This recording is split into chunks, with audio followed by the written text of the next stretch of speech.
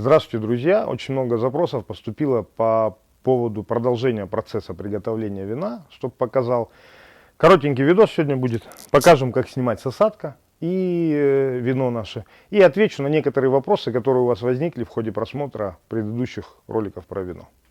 Итак, наше вино мы сняли с мезги 6 октября, сегодня 25 октября, прошло без малого 3 недели, времени, если честно, можно было и раньше снять с осадка, осадок выпал, на которой по белой схеме вино красное, перчатки лежат, уже отбродило, как бы, ну ничего страшного, можно, сейчас как бы нормально тоже можем снимать с осадка. Переливать мы наше вино будем с помощью насоса того же, естественно мы его продезинфицируем, второй раз мы это показывать не будем, заливать мы будем вот в такие баллоны, ну это 20-литровый, в основном 10-литровый, с ними проще таскаться в плане они, ну, туда-сюда там.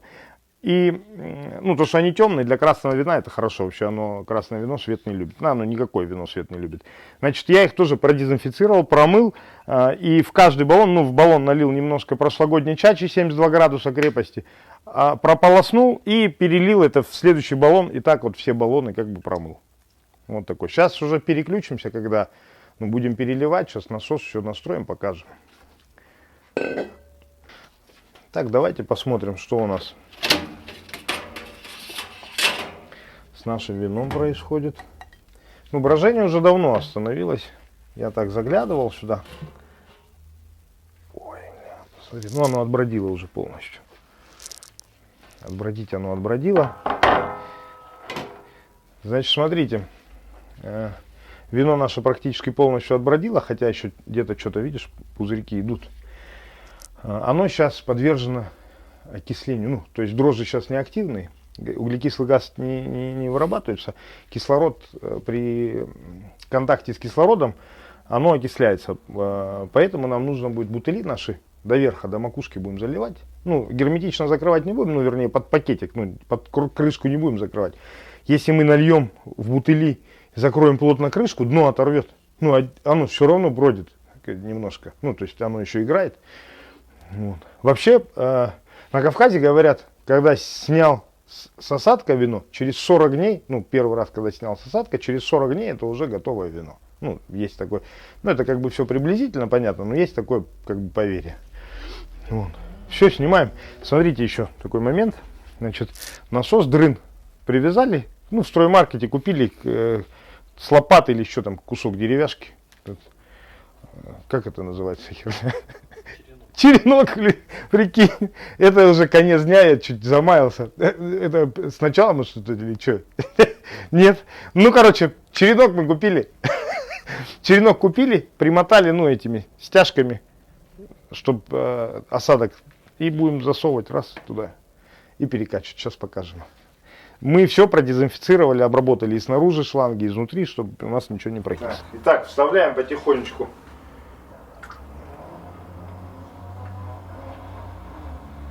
Там до дна можно сейчас не вставлять, как бы разницы нету.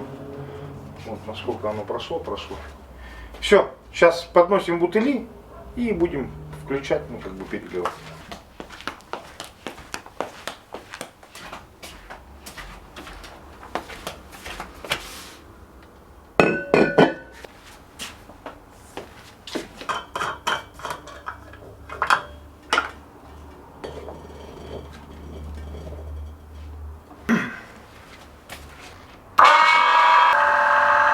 Смотрите, значит, вставляем максимально глубоко и близко к дну шланг наш, чтобы не насыщалось кислородом наше вино.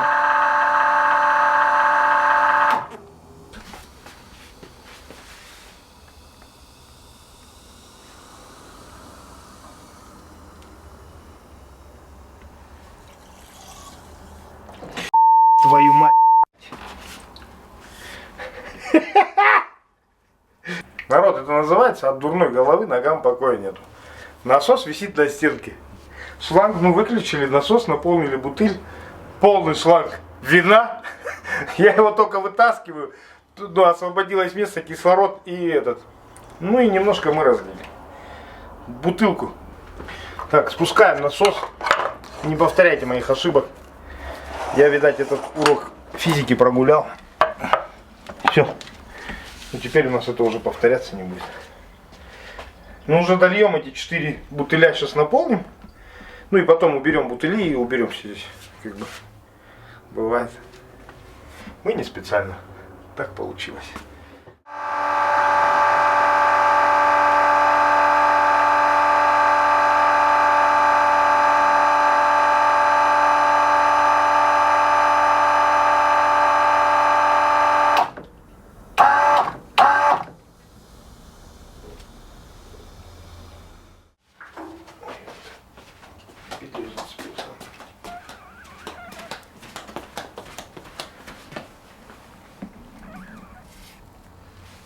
Мы сейчас все вот здесь выставим, а потом насосом наливаем, сколько получается, с запасом место оставим.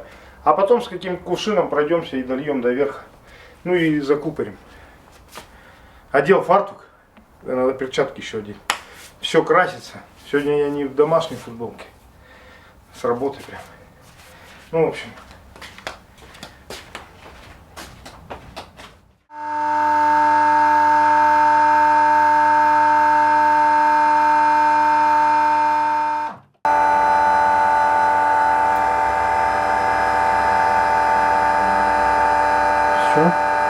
Да, вот он наш осадочек. Подожди. Выключай. Итак, смотрите, народ, значит, перелили мы наше вино. У нас получилось 460 литров красного сухого вина, 32 литра белого сухого вина. По белой схеме, которая красное вино мы делали, я не стал переливать. Завтра сам сделаю без вас. Это у меня уже очень поздно, если честно, мы тут немножко задержались. Вот, я устал немножко. Будем делать завтра. Ну, суть такая же. Переливаем и все. Значит, тут 7-литровый бутыль один, тоже не полный. Завтра разберемся, по мелкой таре разольем. И здесь в 3-литровый, в 5-литровый куда-нибудь разолью, чтобы он с верхом было. И все, и пусть стоит. Пакетики натянули и резинки. Оно так и будет стоять. Давайте 2 слова. Очень много спрашивают в комментариях, какое мы делаем вино, там, а как сделать. Ну, мы делаем сухое вино, да? Спрашивают, как сделать полусладкое. Значит, смотрите. Любое вино, выброженное в естественных условиях, является сухим. То есть дрожжи там съедают весь сахар практически, который там находится. И оно становится сухим. В полусухом, в полусладком, в сладком вине есть сахар. Вопрос, почему дрожжи его не едят, очень просто. Потому что мы эти дрожжи убили. Ну, то есть мы их убиваем, чтобы они не могли есть этот сахар. Тогда он там остается. Убийств, хотите, расскажу. Там 3 способа убийства дрожжей. Первый — химия. Ну, я уже не буду вдаваться в подробности. Там пиросульфид 0,1 грамма, там сколько они там на 10 литров делают винзаводы. Значит, убивают дрожжи, останавливается брожение, либо с остаточными сахарами убивают, либо добавляет сахар. Ну, суть в том, что это делается потом. Ну, то есть после того, как дрожжи погибли, тогда сахар там останется. Второй способ — это нагрев. Элементарный нагрев. Нагреваем до 60-65 градусов, полчаса там держим, свариваются наши дрожжи, погибают. Ну и третий способ у нас получается, я уже устал, не могу. Что у нас третий способ?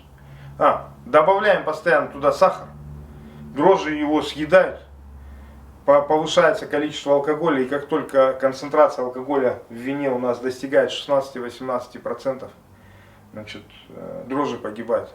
Ну, грубо говоря, они захлебываются в продукте своей жизнедеятельности. Ну, они алкоголь этот производят. Все, других вариантов сделать полусладкое, там, сладкое вино нету. В домашних условиях вы должны понимать, что если не поднимать концентрацию алкоголя до там непотребства, да, такое вино, и оно и питкости у него не будет, и вкус, ну не знаю, я бы таким не занимался. Если во всех других случаях, если вы там нагрели и потом добавили туда сахар, да, то есть убили дрожжи, сахар, который находится в вине, это прекрасная среда для бактерий, которые окисляют наше вино. Ну, то есть еда, они вообще балдеют там. То есть срок хранения там намного меньше полусладкого вина. Короче, если хотите полусладкое вино, делайте сухое. Вот мой вам совет, как бы я делал, как я и делаю в принципе. Гости пришли, ну или какое-то застолье, вы знаете, что вам нужно полусладкое вино, тут же на месте сухое, добавили туда сахара. По норме от 30 до 80 грамм полусладкое, чтобы вы понимали, считается сахара на литр. Чайная ложка полная 20 грамм, ну примерно говорю. Есть весы, взвешивайте, нет, не чайная, столовая ложка. Столовая ложка 20 грамм. Добавили 2 столовые ложки на литр, литр отлили себе вина. Добавили 2 столовые ложки. Попробовали, мало, чайной ложкой добавили. Когда поняли, сколько вам надо, вот вы свою норму нашли, все, дальше разводите. И разводите, подслащайте то количество вина, которое вы собираетесь выпить. Если оно у вас осталось, в вине, то есть даже в выброженном вине, там в спячке дрожжи находятся. Небольшое количество, они там обязательно есть. Они могут проснуться и вашу тару разорвет там, на следующий день, через день, после того, как вы там сделали его полусладким. Хотите его хранить, остатки, ну там осталось пол-литра, закинули в морозилку, пусть замерзнет, там дрожжи не проснутся в морозилке. Ну и так и пользуйтесь, короче. Еще 2 слова, народ, там люди спрашивали, мне подписчик спрашивает, говорит, и что, чтобы вино делать, не надо никакого там супер оборудования, ничего не надо. В том-то весь прикол вина. Для того, чтобы начать, попробовать, ничего не надо. Ну, то есть там пошли на рынок, понравился виноград какой-то по вкусу, купили 5-10 килограмм винограда, дома в ведре его раздавили, побродило оно 5 дней на диких дрожжах. Если не знаете, купите в магазине культурных дрожжей, потому что вы там на рынке купите, какой виноград, непонятно, где-нибудь там в столице нашей родины. Перебродило, через 5 дней, там 3-5 дней по вкусу посмотрите, снимите с мезги, залейте в 3-литровые баллоны, подождите там 3 недельки, снимите с осадка, все. Ваше первое вино будет готово. Ну, то есть сложного, в принципе, ничего нету. Мы второй раз будем снимать с осадкой, я буду снимать, через там месяц, дней через 40.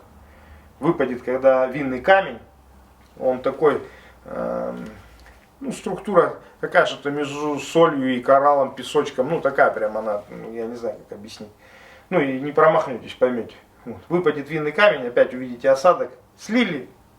Это я уже, естественно, показывать не буду. Все, оставили отдыхать весной, там надо еще раз можете с осадка снять и разливать. Все, вино у вас готово. Грубо говоря, через месяц у нас уже вино, уже вино. Всем спасибо, я устал. До свидания.